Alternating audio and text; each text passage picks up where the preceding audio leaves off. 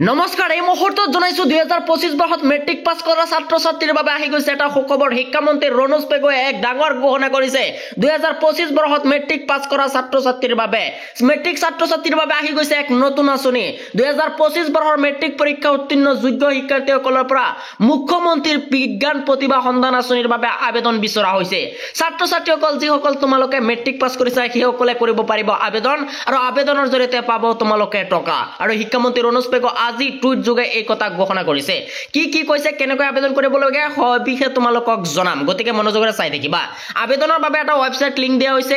astec.assam.gov.in আৰু শিক্ষামন্ত্ৰী ৰণোজ পেগুৱে টুইটাৰ যোগে কেনেকৈ কৈছে যে মুখ্যমন্ত্ৰী বিজ্ঞান প্ৰতিভা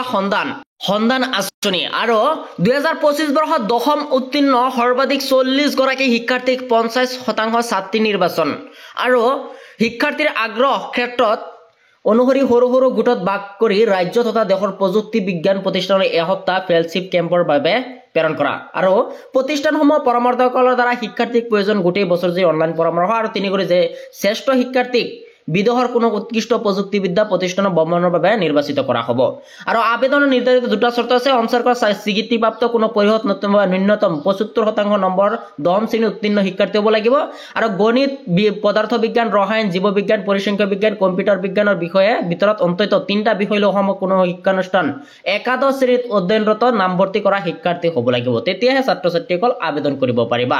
তাৰ পিছৰ যেটো অপচন আহিছে কেৱল অনলাইন মাধ্যমতে আবেদন গ্ৰহণযোগ্য কৰা হৈছে আৰু আবেদনৰ সবিশেষ তথ্য www.astec.assam.gov.in দৰ্শক কৰক আৰু অন্তিম তাৰিখ ধাৰ্য কৰি দিয়া হৈছে 20 জুন 2025 আৰু এই তাৰিখৰ ভিতৰত তোমালোকে আবেদন কৰিব পাৰিবা যিসকলৰ 75% আছে সেই সকলৰ বাবে এই সুবিধাটো পাব আৰু অসম